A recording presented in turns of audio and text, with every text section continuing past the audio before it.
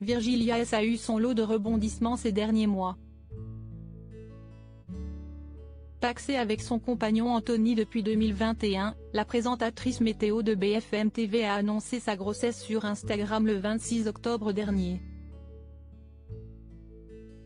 Le même mois, elle s'absentait des plateaux de la chaîne d'information pour se concentrer sur sa grossesse, mais aussi pour combattre une grave maladie.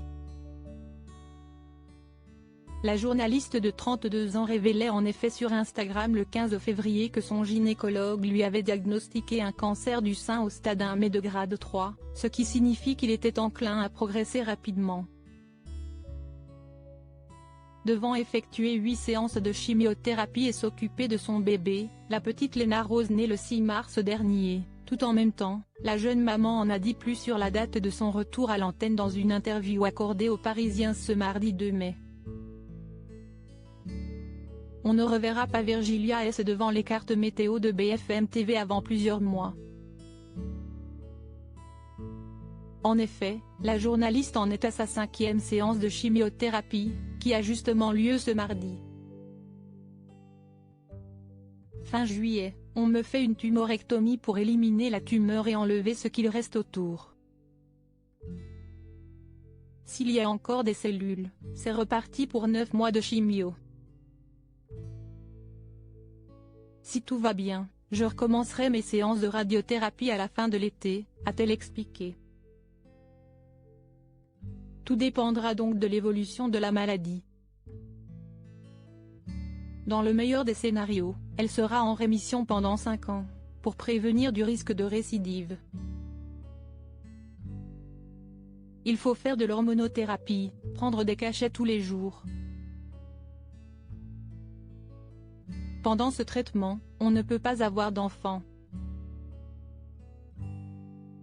Avant, j'aurais repris mon travail sur BFM TV, a-t-elle assuré. Et de conclure, je me dis que ce n'est qu'une parenthèse dans ma vie, que ça aurait pu être pire et que ça ira mieux. Et ça m'aide à garder le moral. Supérieur à Lara Fabian, Michel Simès, Céline Dion. Les stars qui ont brisé le tabou de la maladie en 2022. Jules avait peur de lui transmettre ma colère durant sa grossesse. Virgilia S n'avait qu'une crainte, que sa maladie n'atteigne son bébé, physiquement ou psychologiquement.